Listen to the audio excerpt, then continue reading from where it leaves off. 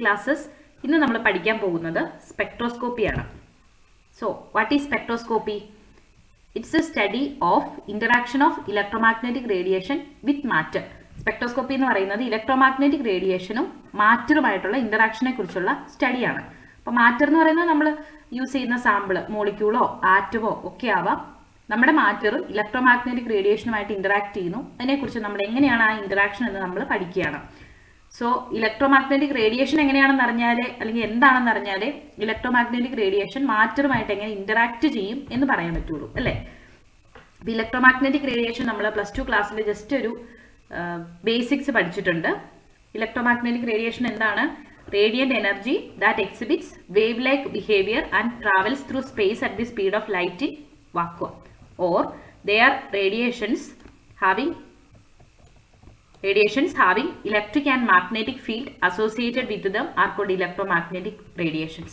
Electric field magnetic field ഉള്ള radiations ആണ് electromagnetic radiations. Electromagnetic radiations നമ്മൾ ഓൾറെഡി കേട്ടിട്ടുണ്ട്. X-ray, microwaves, UV rays, visible radiation, ഇവയൊക്കെ electromagnetic റേഡിയേഷൻസിന്റെ എക്സാമ്പിൾ ആണ്. So they are radio waves, microwaves, IR, visible light, UV light, X-rays, gamma rays and cosmic rays. They are arranged in the increasing order of their frequency or decreasing order of wavelength. Electromagnetic radiations ഈ പറഞ്ഞവയൊക്കെയാണ്. ഈ electromagnetic റേഡിയേഷൻസിനെ നമ്മൾ ഫ്രീക്വൻസിയുടെ increasing ഓർഡറിൽ അല്ലെങ്കിൽ wave ലെങ്തിന്റെ decreasing ഓർഡറിൽ arrange ചെയ്യുന്നു. അതിനെയാണ് നമ്മൾ ഇലക്ട്രോമാഗ്നറ്റിക് സ്പെക്ട്രം എന്ന് പറയുന്നത്. This is electromagnetic spectrum. അപ്പൊ നമുക്ക് കാണാം, ആദ്യം ആരാണ്? റേഡിയോ വേവ്സ് ആണ്, പിന്നെ microwaves, IR, visible, UV, x-ray, gamma ray. ഇവ എന്തിന്റെ ഓർഡറിൽ അറേഞ്ച് ചെയ്തിരിക്കുന്നത്? ഇൻക്രീസിംഗ് ഫ്രീക്വൻസി ഇവിടെ കൊടുത്തിട്ടുണ്ട്. ഇൻക്രീസിംഗ് ഫ്രീക്വൻസിയുടെ ഓർഡറിൽ അല്ലെങ്കിൽ ഡിക്രീസിംഗ് വേവ് ലെങ്തിന്റെ ഓർഡറിൽ. അപ്പൊ ഫ്രീക്വൻസി ലെഫ്റ്റിൽ നിന്ന് റൈറ്റിലേക്ക് വരുമ്പോൾ ഇൻക്രീസ് ചെയ്ത് വരുന്നു. വേവ് ലെങ്ത് ആണെങ്കിൽ എങ്ങനെയാണ്? റൈറ്റ് ടു ലെഫ്റ്റ് ആണ് ഇൻക്രീസ് ചെയ്യുന്നത്. എന്തുകൊണ്ടാ? ഫ്രീക്വൻസിയും വേവ് ലെങ്തും തമ്മിലുള്ള ആ റിലേഷൻ നമുക്കറിയാം, അല്ലേ? ഈ ഇക്വേഷൻ എനർജിയും ഫ്രീക്വൻസിയും തമ്മിലുള്ള റിലേഷൻ ആണ് E = hν. ഇവിടെ E എനർജിയാണ്, H പ്ലാങ്ക്സ് കോൺസ്റ്റന്റ് ആണ്, ന്യൂ ഫ്രീക്വൻസി ആണ്. ഈ ഫ്രീക്വൻസി ന്യൂവിനെ നമുക്ക് എങ്ങനെ റെപ്രസെന്റ് ചെയ്യാം? ന്യൂ = c/λ എന്ന് റെപ്രസെന്റ് ചെയ്യാം. Where c is velocity of light, λ is wavelength of radiation. അപ്പോൾ ഒരു റേഡിയേഷന്റെ വേവ് ലെങ്തും ഫ്രീക്വൻസിയും തമ്മിലുള്ള ബന്ധം എന്താണ്? ഫ്രീക്വൻസി = c/λ ആണ്. അപ്പൊ ലാംഡയും ഫ്രീക്വൻസി എങ്ങനെയാണ്? അവ തമ്മിലുള്ള ആ ഒരു റിലേഷൻ എന്താണ്? ഒരു റേഡിയേഷന്റെ ഫ്രീക്വൻസി കൂടുതലാണെങ്കിൽ അവയുടെ വേവ് ലെങ്ത് കുറവായിരിക്കും. അല്ലെങ്കിൽ ഒരു റേഡിയേഷന്റെ എനർജി കൂടുമ്പോൾ ഫ്രീക്വൻസി കൂടുന്നു, ഫ്രീക്വൻസി കൂടുമ്പോൾ വേവ് ലെങ്ത് കുറയുന്നു. അപ്പോൾ ഫ്രീക്വൻസിയുടെ ഇൻക്രീസിംഗ് ഓർഡറിൽ നമ്മൾ അറേഞ്ച് ചെയ്യുമ്പോൾ എപ്പോഴും അവിടെ എങ്ങനെയായിരിക്കും? വേവ് ലെങ്ത് കുറവായിരിക്കും. അപ്പൊ തന്നിരിക്കുന്ന റേഡിയേഷനിൽ ഏറ്റവും എനർജി കൂടുതൽ ഏത് ഇലക്ട്രോമാഗ്നറ്റിക് റേഡിയേഷൻ ആണ്? നമ്മുടെ ഗാമ റേസിനാണ് ഏറ്റവും എനർജി കൂടുതൽ. ഏറ്റവും എനർജി കുറവ് ആർക്കാണ്? റേഡിയോ വേവ്സിന്. ഇനി ഏറ്റവും വേവ് ലെങ്ത് കൂടുതൽ ആർക്കാണ്? റേഡിയോ വേവ്സിനാണ്. ഇപ്പൊ ഏറ്റവും വേവ് ലെങ്ത് കുറവ് ആർക്കാണ്? ഗാമ റേസിനാണ്. എനർജി വൈസ് നമുക്ക് ഇങ്ങനെ ഓർത്തിരിക്കാം. UV റേഡിയേഷനോ എക്സ്റേയോ ഒക്കെ നമ്മുടെ ശരീരത്തിൽ തട്ടിയിട്ടുണ്ടെങ്കിൽ റേഡിയോ വേവ്സ് പതിക്കുന്നത് പോലെയാണോ? അല്ല, അല്ലേ? പുറത്തിറങ്ങുമ്പോൾ UV പ്രൊട്ടക്ഷന് വേണ്ടിയിട്ട് ക്രീമൊക്കെ നമ്മൾ പുരട്ടാറുണ്ട്, അല്ലേ? കാരണം എന്താ? അവയ്ക്ക് ഹൈ എനർജിയാണ്, അതുകൊണ്ട്. ഓക്കെ, അപ്പോൾ UV റേസ്, എക്സ് റേസിനൊക്കെയാണ് എനർജി കൂടുതൽ.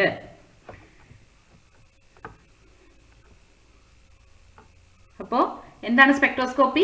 ഇലക്ട്രോമാഗ്നറ്റിക് റേഡിയേഷനും മാറ്ററുമായിട്ടുള്ള ഇന്ററാക്ഷനെ കുറിച്ചുള്ള സ്റ്റഡിയാണ് സ്പെക്ട്രോസ്കോപ്പി. എന്താണ് ഇലക്ട്രോമാഗ്നറ്റിക് റേഡിയേഷൻ? ഇലക്ട്രിക് ഫീൽഡും മാഗ്നറ്റിക് ഫീൽഡുമുള്ള റേഡിയേഷൻസ് ആണ് ഇലക്ട്രോമാഗ്നറ്റിക് റേഡിയേഷൻസ്. അവയെ ഫ്രീക്വൻസിയുടെ ഇൻക്രീസിംഗ് ഓർഡറിൽ അല്ലെങ്കിൽ വേവ് ലെങ്തിന്റെ ഡിക്രീസിംഗ് ഓർഡറിൽ അറേഞ്ച് ചെയ്യുന്നതാണ് ഇലക്ട്രോമാഗ്നറ്റിക് സ്പെക്ട്രം. സ്പെക്ട്രത്തിന്റെ ഓർഡർ എങ്ങനെയാണ്? Radio waves, microwaves, IR, visible, UV, x-ray, gamma ray. ഞാനിത് ഓർത്തിരിക്കുന്നത് റിമി എന്നൊക്കെ വെച്ചാട്ടോ. റിമി, RMI ആദ്യത്തെ വേർഡ്. ഇപ്പൊ Rimi, then VU, then x-ray, gamma ray. Okay, ഇനി അപ്പൊ ഇലക്ട്രോമാഗ്നറ്റിക് റേഡിയേഷൻ എന്താണ് നമ്മൾ കണ്ടു, അവിടെ സ്പെക്ട്രം കണ്ടു. ഈ മാറ്ററുമായിട്ട് ഇലക്ട്രോമാഗ്നറ്റിക് റേഡിയേഷൻ എങ്ങനെ ഇന്ററാക്ട് ചെയ്യും? When an electron jumps from one energy level to another energy level, energy can be emitted or absorbed. അതായത് ഇലക്ട്രോമാഗ്നറ്റിക് റേഡിയേഷൻ ഒരു മാറ്ററിൽ വന്ന് ഇൻസിഡന്റ് ചെയ്യാണ്. ഓക്കെ, ഒരു മാറ്ററിൽ വന്ന് ഇലക്ട്രോമാഗ്നറ്റിക് റേഡിയേഷൻ പതിക്കുമ്പോൾ ഇലക്ട്രോമാഗ്നറ്റിക് റേഡിയേഷന്റെ കയ്യിൽ എന്തുണ്ട്? എനർജി ഉണ്ട്. ഈ എനർജി മാറ്ററിന് കിട്ടുന്നു. അപ്പൊ മാറ്റർ ഈ എനർജി, മാറ്റർ എന്ന് പറയുന്നത് മോളിക്യൂൾ കേട്ടോ. നമുക്കിപ്പോ ഒരു മോളിക്യൂൾ കൺസിഡർ ചെയ്യാം. മോളിക്യൂള് ഒരു ഇലക്ട്രോമാഗ്നറ്റിക് റേഡിയേഷൻ ഈ റെഡിൽ കാണിച്ചിരിക്കുന്ന ഇലക്ട്രോമാഗ്നറ്റിക് റേഡിയേഷൻ ആണ്. ഈ ഇലക്ട്രോമാഗ്നറ്റിക് റേഡിയേഷൻ നമ്മുടെ മോളിക്യൂളിൽ വന്ന് ഇൻസിഡന്റ് ചെയ്യുന്നു. അപ്പൊ മോളിക്യൂളിന് എനർജി കിട്ടി കഴിയുമ്പോൾ മോളിക്യൂളിന് പഴയ പോലെ ഇരിക്കാൻ പറ്റുമോ? ഇല്ല. ആ മോളിക്യൂളിലുള്ള ഇലക്ട്രോൺ എന്ത് ചെയ്യും? ഗ്രൗണ്ട് സ്റ്റേറ്റിൽ നിന്ന് എക്സൈറ്റഡ് സ്റ്റേറ്റിലേക്ക് പോകും. ഓക്കെ, എനർജി അബ്സോർബ് ചെയ്ത് ഗ്രൗണ്ട് സ്റ്റേറ്റിൽ നിന്നും എക്സൈറ്റഡ് സ്റ്റേറ്റിലേക്ക് പോകും. അതിനെയാണ് നമ്മൾ അബ്സോർപ്ഷൻ എന്ന് പറയുന്നത്. എനർജി അബ്സോർബ് ചെയ്യാണ് ചെയ്യുന്നത് അല്ലേ. ഇനി എക്സൈറ്റഡ് സ്റ്റേറ്റിലേക്കൊക്കെ പോയി കഴിയുമ്പോൾ ഇലക്ട്രോൺസിന് അവിടെ അത്ര സ്റ്റേബിൾ ആയിട്ട് ഇരിക്കാൻ പറ്റുമോ? ഇല്ല. കാരണം ഇലക്ട്രോൺസിന് എപ്പോഴും ലോവർ എനർജി സ്റ്റേറ്റിൽ ഇരിക്കുന്നതാണ് സ്റ്റെബിലിറ്റി. അപ്പൊ ഇലക്ട്രോൺ എന്ത് ചെയ്യും? ഹയർ എനർജി ലെവലിൽ നിന്ന് വീണ്ടും താഴേക്ക് തന്നെ പോരും. താഴേക്ക് വരുമ്പോൾ എങ്ങനെയാ? കയ്യിൽ എനർജി അബ്സോർബ് ചെയ്തിട്ടല്ലേ താഴേക്ക് മുകളിലേക്ക് പോയത്. അപ്പൊ ആ എനർജി എമിറ്റ് ചെയ്യണ്ടേ? ആ എനർജി കിട്ടിയ എനർജി എമിറ്റ് ചെയ്തിട്ട് ഇലക്ട്രോൺ താഴേക്ക് വരും. ഓക്കെ, നമ്മളിങ്ങനെ വെറുതെ ഇരിക്കും, നമുക്ക് കുറച്ച് പൈസ കിട്ടും. അപ്പൊ നമ്മൾ എന്ത് ചെയ്യും? ആ പൈസ കുറച്ച് കൂടുതൽ ക്യാഷ് കിട്ടി. അപ്പൊ നമ്മൾ എന്ത് ചെയ്യും? ആ ക്യാഷ് ചെലവാക്കാൻ വിചാരിക്കും. വലിയൊരു ഷോപ്പിൽ പോയി കുറച്ച് എന്തെങ്കിലുമൊക്കെ സാധനങ്ങളൊക്കെ വാങ്ങാം എന്നൊക്കെ വിചാരിച്ച് നമ്മൾ എക്സൈറ്റഡ് ആയിപ്പോയി. എക്സൈറ്റഡ് ആയി അവിടെ ചെന്ന് കഴിഞ്ഞപ്പോൾ നമ്മൾ വിചാരിക്കുക, ഓ വേണ്ട, പൈസയൊന്നും ഇല്ല, നമ്മുടെ ആ ഒരു സ്റ്റേറ്റിൽ തന്നെ ഇരിക്കുകയായിരുന്നെങ്കിൽ ഒരു സ്റ്റെബിലിറ്റി ഉണ്ടായിരുന്നു. അപ്പൊ എന്ത് ചെയ്തു? തന്ന പൈസ, ആരാണോ പൈസ തന്ന അയാൾക്ക് തന്നെ പൈസ തിരിച്ചു കൊടുത്തിട്ട് നമ്മൾ വീണ്ടും ആ ഒരു പൈസ തിരിച്ചു കൊടുത്ത് താഴെ നമ്മുടെ സ്റ്റേബിൾ സ്റ്റേറ്റിലേക്ക് വരുന്നു. ഇത് തന്നെയാണ് ഇലക്ട്രോമാഗ്നറ്റിക് റേഡിയേഷൻ മാറ്ററിൽ പതിക്കുമ്പോഴും സംഭവിക്കുന്നത്. അവരെന്ത് ചെയ്യുന്നത്? ലോവർ എനർജി ലെവലിൽ നിന്നും ഹയർ എനർജി ലെവലിലേക്ക് എക്സൈറ്റേഷൻ നടത്തുന്നു. ആ ഒരു പ്രോസസ്സിന് നമ്മൾ അബ്സോർപ്ഷൻ എന്ന് പറയുക. കാരണം ഇവിടെ ഇലക്ട്രോമാഗ്നറ്റിക് റേഡിയേഷന്റെ കയ്യിലുണ്ടായിരുന്ന എനർജി അബ്സോർബ് ചെയ്തിട്ടാണ് അവർ ഹയർ ലെവലിലേക്ക് പോയത് അല്ലെ. ഇനി ഹയർ ലെവലിൽ അവർ സ്റ്റേബിൾ ആയിരുന്നോ? അല്ല. അതുകൊണ്ട് അവർ എന്ത് ചെയ്തു? എനർജി എമിറ്റ് ചെയ്ത് താഴേക്ക് തന്നെ പോകുന്നു. ആ പ്രോസസ്സിനെ നമ്മൾ എമിഷൻ എന്ന് പറയും. അപ്പോൾ ഇലക്ട്രോമാഗ്നറ്റിക് റേഡിയേഷൻ വന്ന് മാറ്ററിൽ പതിക്കുമ്പോൾ രണ്ട് കാര്യങ്ങൾ നടക്കാം. ഒന്നെങ്കിൽ അവരെ അബ്സോർപ്ഷൻ മാത്രം നടക്കാം, അല്ലെങ്കിൽ അബ്സോർബ് ചെയ്ത എനർജി തിരിച്ചു കൊടുത്തിട്ട് എമിഷനും നടക്കാം. സോ ഇതാണ് ഇവിടെ പറഞ്ഞിരിക്കുന്നത്. when an electron jumps from one energy level to another energy level, energy can be emitted or absorbed. രണ്ട് കാര്യങ്ങൾ നടക്കാം. ഒന്നെങ്കിൽ എനർജി എമിറ്റ് ചെയ്യും, അബ്സോർബ് ചെയ്തിട്ട് എമിറ്റ് ചെയ്യും, അല്ലെങ്കിൽ അബ്സോർബ് ചെയ്യുക മാത്രം ചെയ്യും. when an electron jumps from higher energy level E2 to lower energy level E1, excess energy can be emitted in form of radiation of definite frequency. Higher energy ലെവലിലാണ് ഉള്ളത്. ഇപ്പോൾ excite ചെയ്ത് മേളിലേക്ക് പോയി, മേളിൽ നിന്ന് താഴേക്ക് വരുമ്പോൾ എന്താ സംഭവിക്കുന്നത്? ഇലക്ട്രോൺസ് കിട്ടിയിരുന്ന എനർജി എമിറ്റ് ചെയ്തിട്ടാണ് താഴേക്ക് വരിക. ഓക്കെ, ഇത് നമ്മുടെ ഇക്വേഷൻ. എനർജി എന്ന് പറയുന്നത് എന്താണ്? Energy E is equal to h/nu, where h is Planck's constant. അതൊരു കോൺസ്റ്റന്റ് ആണ്. Then frequency. അപ്പൊ എനർജിയും ഫ്രീക്വൻസിയും ഡയറക്ട്ലി പ്രൊപ്പോർഷണൽ ആണ്. വന്ന് ഇൻസിഡന്റ് ചെയ്യുന്ന റേഡിയേഷന്റെ എനർജി കൂടുതലാണെങ്കിൽ ആ റേഡിയേഷന്റെ ഫ്രീക്വൻസിയും കൂടുതലായിരിക്കും. എനർജിയും ഫ്രീക്വൻസിയും കൂടുതലാണെങ്കിൽ വേവ് ലെങ്ത് എങ്ങനെയായിരിക്കും? വളരെ കുറവായിരിക്കും. ഓക്കെ, സോ നമുക്ക് ഇലക്ട്രോമാഗ്നറ്റിക് സ്പെക്ട്ര രണ്ട് രീതിയിൽ കിട്ടാം. ഒന്നെങ്കിൽ അബ്സോർപ്ഷൻ സ്പെക്ട്ര കിട്ടാം, അല്ലെങ്കിൽ എമിഷൻ സ്പെക്ട്ര കിട്ടാം. ഒരു ആറ്റം അല്ലെങ്കിൽ മോളിക്യൂള് ലോവർ എനർജി ലെവലിൽ നിന്ന് ഹയർ എനർജി ലെവലിലേക്ക് എക്സൈറ്റേഷൻ ആണ് നടക്കുന്നതെങ്കിൽ നമുക്ക് അതിൽ നിന്ന് കിട്ടുന്ന റിസൾട്ടന്റ് സ്പെക്ട്രം എങ്ങനെയായിരിക്കും? അത് അബ്സോർപ്ഷൻ സ്പെക്ട്രം ആയിരിക്കും അല്ലെ. അബ്സോർപ്ഷൻ ആണ് നടക്കുന്നതെങ്കിൽ കിട്ടുന്ന സ്പെക്ട്രം അബ്സോർപ്ഷൻ സ്പെക്ട്രം. അതിന് എക്സാമ്പിൾ ആണ് ഇലക്ട്രോണിക് സ്പെക്ട്ര. നമ്മൾ അത് വഴിയെ പഠിക്കും. ഇനി എമിഷൻ സ്പെക്ട്ര. ഇനി ആറ്റോ മോളിക്യൂളോ ഹയർ എനർജി ലെവലിൽ നിന്ന് ലോവർ എനർജി ലെവലിലേക്കുള്ള ട്രാൻസിഷൻ ആണ് നടത്തുന്നതെങ്കിൽ, അതായത് ഹയർ എനർജി ലെവലിൽ നിന്ന് ലോവർ എനർജി ലെവലിലേക്കാണ് വരുന്നതെങ്കിൽ കയ്യിലുള്ള എനർജി എമിറ്റ് ചെയ്തിട്ടാണ് അവർ വരുന്നത് അല്ലെ. അപ്പൊ എമിഷൻ ഓഫ് എനർജിയാണ് അവിടെ ഒക്കുർ ചെയ്യുന്നത്. ആ സ്പെക്ട്രത്തെ നമുക്ക് എന്ത് പറയാം? എമിഷൻ സ്പെക്ട്രം എന്ന് പറയാം. Emission spectrum. അതിന് എക്സാമ്പിൾ ആണ് ഹൈഡ്രജൻ സ്പെക്ട്ര. ഹൈഡ്രജൻ സ്പെക്ട്ര നമ്മൾ പഠിച്ചിട്ടുണ്ടല്ലോ.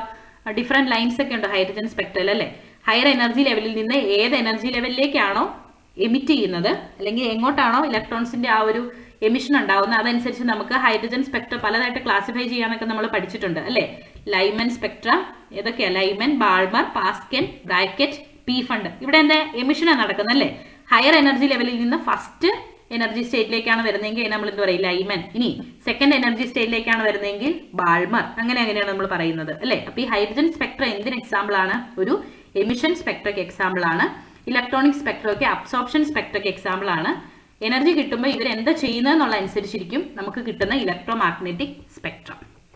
Okay, so interaction of electromagnetic radiation with molecules produce molecular spectra. In a molecule, 3 types of energy levels are present. അപ്പോൾ നമ്മൾ പറഞ്ഞു മോളിക്യൂളിന് എനർജി കിട്ടുന്നു, മോളിക്യൂളിൽ ഇലക്ട്രോൺസ് ലോവർ എനർജി ലെവലിൽ നിന്ന് higher energy ലെവലിലേക്ക് transition നടത്തുന്നു. അപ്പോൾ ഈ മോളിക്യൂളിൽ ഏതൊക്കെ എനർജി ലെവൽസ് ഉണ്ടെന്നറിഞ്ഞാലേ നമുക്ക് ഈ ട്രാൻസിഷൻസ് ഏതൊക്കെയാണെന്ന് അറിയാൻ പറ്റുള്ളൂ അല്ലേ. അപ്പോൾ ഒരു മോളിക്യൂൾ എടുക്കുമ്പോൾ ആ മോളിക്യൂളിൽ മെയിൻ ആയിട്ടും 3 types of energy levels ആണുള്ളത്.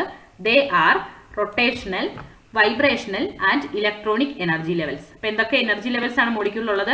റൊട്ടേഷണൽ എനർജി ലെവൽ ഉണ്ട്, വൈബ്രേഷണൽ എനർജി ലെവൽ ഉണ്ട്, ഇലക്ട്രോണിക് എനർജി ലെവലും ഉണ്ട്. അപ്പൊ ഈ എനർജി ലെവൽസ് തമ്മിലുള്ള ട്രാൻസിഷൻ ആണ് ഒരു മോളിക്യൂളില് ഇലക്ട്രോമാഗ്നറ്റിക് റേഡിയേഷൻ വന്ന് ഇൻസിഡന്റ് ചെയ്ത് എനർജി കിട്ടുമ്പോൾ നടക്കുന്നത്. ഇതാണ് ഒരു മോളിക്യൂളിന്റെ energy levels. Molecular energy levels ആദ്യം കൊടുത്തിരിക്കുന്നത് ഇലക്ട്രോണിക് എനർജി ലെവൽസ് ആണ്. ഇലക്ട്രോണിക് എനർജി ലെവലിന്റെ അകത്ത് തന്നെ റൊട്ടേഷണൽ എനർജി ലെവൽസ് കൊടുത്തിട്ടുണ്ട് അല്ലെ, വൈബ്രേഷണൽ എനർജി ലെവൽസ് ഉണ്ട്. അപ്പോൾ ഒരു മോളിക്യൂൾ നമ്മൾ കൺസിഡർ ചെയ്താൽ ആ മോളിക്യൂളിൽ ഏറ്റവും ഡിസ്റ്റൻസിലുള്ള എനർജി ലെവൽ ഏതായിരിക്കും? അത് ഇലക്ട്രോണിക് എനർജി ലെവൽ ആയിരിക്കും. ഇനി ഈ ഇലക്ട്രോണിക് എനർജി ലെവലിന്റെയും കൂടി അകത്ത് വരുന്ന എനർജി ലെവലാണ് ആര്? നമ്മുടെ vibrational energy level. Vibrational energy ലെവലിന്റെയും കൂടി അകത്ത് വരുന്നതാണ് ആര്? നമ്മുടെ റൊട്ടേഷണൽ എനർജി ലെവൽ. മനസ്സിലായോ? ഒരു മോളിക്യൂൾ കൺസിഡർ ചെയ്താൽ ആ മോളിക്യൂളിൽ പല എനർജി ലെവൽസ് ഉണ്ട്. ഓക്കെ, അത് ഏതൊക്കെ എനർജി ലെവൽസാ ഉള്ളത്? ഒന്ന് ഇലക്ട്രോണിക് എനർജി ലെവൽ ഉണ്ട്. അവ തമ്മിലായിരിക്കും ഏറ്റവും ഗ്യാപ്പ് കൂടുതൽ. ഓക്കെ, ഒരു കെട്ടിടം എടുത്താൽ അതിൽ പല നിലകളില്ലേ? 1ാം നിലയുണ്ട്, 2ാം നിലയുണ്ട്, 10 നില കെട്ടിടമാണ് നമ്മൾ കൺസിഡർ ചെയ്യുന്നതെങ്കിൽ പല നിലകളുണ്ടല്ലോ. അതുപോലെയാണ് ഒരു മോളിക്യൂളിൽ പല എനർജി ലെവൽസ് ഉണ്ട്. ആദ്യത്തേത് ഇലക്ട്രോണിക് എനർജി ലെവലാണ്. ഇലക്ട്രോണിക് എനർജി ലെവൽസ് തമ്മിലുള്ള ഗ്യാപ്പ് എങ്ങനെയായിരിക്കും? കൂടുതലായിരിക്കും. ഇനി അടുത്ത ഏത് എനർജി ലെവലാണ്? Vibrational energy levels. Vibrational energy ലെവലിനും കുറച്ച് ഗ്യാപ്പ് ഉണ്ട്, പക്ഷെ ഇലക്ട്രോണിക് എനർജി ലെവലിന്റെ അത്രയും ഗ്യാപ്പ് ഇല്ല. ഇലക്ട്രോണിക് എനർജി ലെവലിന്റെയും കൂടി അകത്താണ് ആരുള്ളത്? റൊട്ടേഷണൽ ലെവൽസ് ഉള്ളത്. ഈ പിക്ചറിൽ നിങ്ങൾക്ക് മനസ്സിലായല്ലോ molecular energy levels. Electronic energy level ഉണ്ട്. ഇലക്ട്രോണിക് എനർജി ലെവലിന്റെ അകത്താണ് വൈബ്രേഷണൽ എനർജി ലെവൽ. അതിന്റെ കൂടി അകത്താണ് ഈ കാണിച്ചിരിക്കുന്ന ചെറിയ ലൈൻസ് ആണ് റൊട്ടേഷണൽ എനർജി ലെവൽസ്. ഇത്തിരി കൂടി വലുതാണ് വൈബ്രേഷണൽ എനർജി ലെവൽസ്. ഇതിന്റെയും കൂടി പുറത്തു വരുന്നതാണ് ഇലക്ട്രോണിക് എനർജി ലെവൽ. അപ്പൊ എന്തിനാ ഇതൊക്കെ പഠിക്കുന്നത്? അപ്പോൾ ഇലക്ട്രോമാഗ്നറ്റിക് റേഡിയേഷൻ ഏതെങ്കിലും ഒരു എനർജി ലെവലിൽ വന്ന് പതിക്കുന്നു. ഇലക്ട്രോൺ എന്ത് ചെയ്യുന്നു? ലോവർ എനർജി ലെവലിൽ നിന്ന് ഹയർ എനർജി ലെവലിലേക്ക് എക്സൈറ്റേഷൻ നടത്തുന്നു. അപ്പൊ ഇത് ഏത് എനർജി ലെവൽസ് തമ്മിലാണ് എക്സൈറ്റേഷൻ നടത്തുന്നത് എന്നുള്ളത് എന്തിനെ ഡിപ്പെൻഡ് ചെയ്തിരിക്കും? നിങ്ങളുടെ കയ്യിൽ പൈസ കിട്ടി, നിങ്ങൾ എന്ത് സാധനമാണ് പൈസ കിട്ടുമ്പോൾ വാങ്ങുന്നത് എന്നുള്ളത് എന്തിനെ ഡിപ്പെൻഡ് ചെയ്തിരിക്കും? കിട്ടുന്ന പൈസ അനുസരിച്ചിരിക്കും അല്ലെ. 2000 രൂപയെ കിട്ടിയുള്ളെങ്കിൽ നമുക്ക് കാർ വാങ്ങാൻ പറ്റുമോ? ഇല്ല. അപ്പോൾ തന്നെ നമുക്ക് വല്ല ബുക്കോ ഡ്രസ്സോ ഒക്കെ വാങ്ങാൻ പറ്റുള്ളൂ അല്ലെ. നമുക്ക് എത്ര രൂപ കിട്ടുന്നു എന്നുള്ളത് അനുസരിച്ചിരിക്കും നമ്മൾ എന്ത് വാങ്ങുന്നു എന്നുള്ളത്. അതുപോലെ ഒരു മോളിക്യൂളിലെ ഏത് എനർജി ലെവൽസ് തമ്മിലാണ് ട്രാൻസിഷൻ നടത്തുന്നത് എന്നുള്ളത് എന്തിനെ ഡിപ്പെൻഡ് ചെയ്തിരിക്കും? വരുന്ന ഇലക്ട്രോമാഗ്നറ്റിക് റേഡിയേഷൻ ഏതാണെന്നോ അതിന് എത്രത്തോളം എനർജി ഉണ്ടെന്നുള്ളതിനെയും ഒക്കെ ഡിപ്പെൻഡ് ചെയ്തിരിക്കും. ഓക്കെ, അപ്പോൾ ഹയർ എനർജി ഉള്ള ഏതെങ്കിലും റേഡിയേഷൻ ആണ് നമ്മുടെ മോളിക്യൂളിൽ വന്ന് ഇൻസിഡന്റ് ചെയ്യുന്നതെങ്കിൽ മോളിക്യൂളിലെ ഇലക്ട്രോണിക് എനർജി ലെവൽസ് തമ്മിലുള്ള ട്രാൻസിഷൻ നടത്താം. ഇനി അതിലും കുറഞ്ഞ എനർജി ഉള്ള റേഡിയേഷൻ ആണ് വന്ന് ഇൻസിഡന്റ് ചെയ്യുന്നതെങ്കിൽ വൈബ്രേഷണൽ എനർജി ലെവൽസ് തമ്മിൽ ട്രാൻസിഷൻ നടത്താം. ഇനി അതിനേക്കാളും കൂടി കുറച്ച് എനർജി ഉള്ള റേഡിയേഷൻ വന്ന് പതിക്കുന്നെങ്കിൽ എന്ത് സംഭവിക്കും? ഈ താഴത്തെ റൊട്ടേഷണൽ എനർജി ലെവലിൽ നിന്ന് അടുത്ത എനർജി ലെവലിലേക്ക് ഒരു ട്രാൻസിഷൻ അങ്ങ് നടത്തി ഇലക്ട്രോൺ തൃപ്തിപ്പെടും. കാരണം കുറച്ച് എനർജിയെ കിട്ടിയിട്ടുള്ളൂ. കൂടുതൽ എനർജി കിട്ടിയാലേ കൂടുതൽ ഗ്യാപ്പിൽ പോകാൻ പറ്റുള്ളൂ. കുറഞ്ഞ എനർജിയാണ് കിട്ടിയതെങ്കിൽ കുറഞ്ഞ ഗ്യാപ്പിലേ പോകാൻ പറ്റുള്ളൂ അല്ലെ. ഒരു 10 നില കെട്ടിടത്തിന്റെ മേളിൽ 10ാം നില വരെ കയറണം, ചുമ്മാ പറ്റുമോ?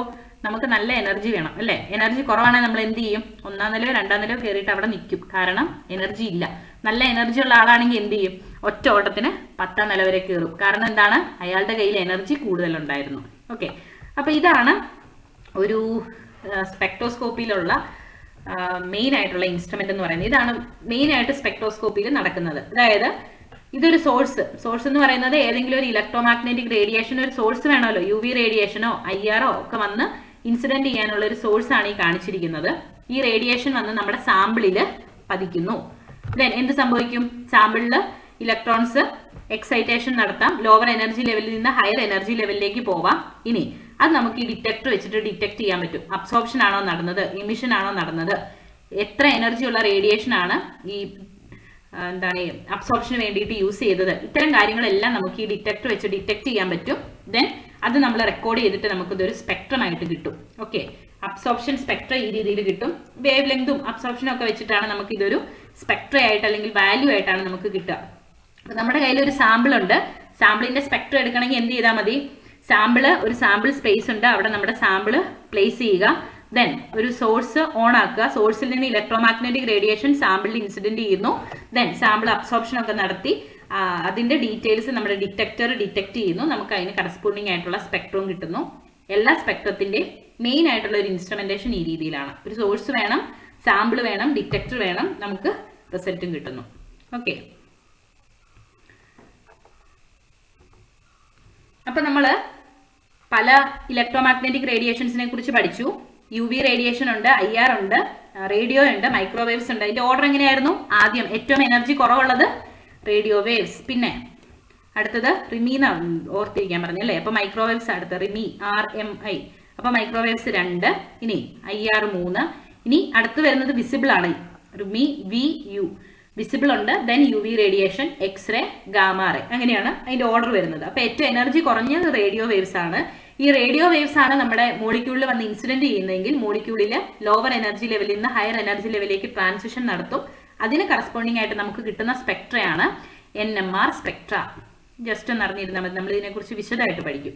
അടുത്തത് മൈക്രോവേവ്സ് ആണ്. മൈക്രോവേവ് റേഡിയേഷൻ ആണ് നമ്മുടെ മോളിക്യൂളിൽ വന്ന് ഇൻസിഡന്റ് ചെയ്യുന്നതെങ്കിൽ മോളിക്യൂളിലെ എനർജി ലെവൽസ് തമ്മിൽ ട്രാൻസിഷൻ നടത്തും. അപ്പൊ നമുക്ക് കിട്ടുന്ന സ്പെക്ട്രയാണ് റൊട്ടേഷണൽ സ്പെക്ട്ര. റൊട്ടേഷണൽ സ്പെക്ട്ര എങ്ങനെയായിരിക്കും കിട്ടുന്നത്? മോളിക്യൂളിലുള്ള റൊട്ടേഷണൽ എനർജി ലെവൽസ് തമ്മിലായിരിക്കും ഇലക്ട്രോൺ ട്രാവൽ ചെയ്യുന്നത്. ലോവർ റൊട്ടേഷണൽ എനർജി ലെവലിൽ നിന്നും താഴെ ഇരുന്ന ഇലക്ട്രോൺ എന്ത് ചെയ്യും? മുകളിലത്തെ റൊട്ടേഷണൽ എനർജി ലെവലിലേക്ക് മൂവ് ചെയ്യും. അപ്പൊ നമുക്ക് കിട്ടുന്ന സ്പെക്ട്രയാണ് റൊട്ടേഷണൽ സ്പെക്ട്ര. ഇനി മൈക്രോവേവിനേക്കാളും കുറച്ചും കൂടി എനർജി കൂടിയ IR റേഡിയേഷൻ ആണ് മോളിക്യൂളിൽ വന്ന് ഇൻസിഡന്റ് ചെയ്യുന്നെങ്കിൽ എന്ത് സംഭവിക്കും? മോളിക്യൂളിലുള്ള ഇലക്ട്രോൺ ലോവർ വൈബ്രേഷണൽ എനർജി ലെവലിൽ നിന്നും ഹയർ വൈബ്രേഷണൽ എനർജി ലെവലിലേക്ക് മൂവ് ചെയ്യും. അപ്പൊ നമുക്ക് കിട്ടുന്ന സ്പെക്ട്രയാണ് വൈബ്രേഷണൽ സ്പെക്ട്ര. ഇനി UV റേഡിയേഷൻ നല്ല എനർജി ഉണ്ടെന്ന് നമുക്കറിയാം അല്ലെ. അപ്പൊ UV റേഡിയേഷൻ ആണ് മോളിക്യൂളിൽ വന്ന് ഇൻസിഡന്റ് ചെയ്യുന്നെങ്കിലോ മോളിക്യൂളിലുള്ള ഇലക്ട്രോണിക് എനർജി ലെവൽസ് തമ്മിലാണ് ട്രാൻസിഷൻ നടത്തുന്നത്. ഏറ്റവും എനർജി കൂടിയ എനർജി ലെവൽസ് ആണ്. അപ്പൊ ഇലക്ട്രോണിക് എനർജി ലെവൽസ് തമ്മിലുള്ള ട്രാൻസിഷൻ നടക്കുന്നു. കിട്ടുന്ന സ്പെക്ട്ര ഇലക്ട്രോണിക് സ്പെക്ട്ര ആയിരിക്കും. അപ്പൊ നമ്മൾ സ്പെക്ട്രോസ്കോപ്പി എന്താണെന്ന് പറഞ്ഞു. ഇലക്ട്രോമാഗ്നറ്റിക് റേഡിയേഷനും മാറ്ററുമായിട്ടുള്ള ഇന്ററാക്ഷനെ കുറിച്ചുള്ള സ്റ്റഡിയാണ് സ്പെക്ട്രോസ്കോപ്പി. അതിൽ ഇലക്ട്രോമാഗ്നറ്റിക് റേഡിയേഷൻ എന്താണെന്ന് പറഞ്ഞു. ഇലക്ട്രോമാഗ്നറ്റിക് റേഡിയേഷൻസ് ഏതൊക്കെയാണെന്ന് കണ്ടു. ഇവയെ നമ്മൾ എനർജിയുടെ അല്ലെങ്കിൽ ഫ്രീക്വൻസിയുടെ വേവ് ലെങ്തിന്റെ ഓർഡറിൽ അറേഞ്ച് ചെയ്യുന്നതാണ് ഇലക്ട്രോമാഗ്നറ്റിക് സ്പെക്ട്ര എന്ന് നമ്മൾ പറഞ്ഞു. ഇനി ഇലക്ട്രോമാഗ്നറ്റിക് റേഡിയേഷൻ മാറ്ററിൽ വന്ന് ഇൻസിഡന്റ് ചെയ്യുമ്പോൾ എന്താണ് സംഭവിക്കുന്നതെന്ന് നമ്മൾ പറഞ്ഞു. ഇനി ഒരു സ്പെക്ട്രോസ്കോപ്പിയിൽ അല്ലെ സ്പെക്ട്രോഫോട്ടോമീറ്ററിലുള്ള ഒരു ഇൻസ്ട്രുമെന്റേഷൻ, മെയിൻ ഇൻസ്ട്രുമെന്റേഷൻ എങ്ങനെയാണെന്ന് കണ്ടു.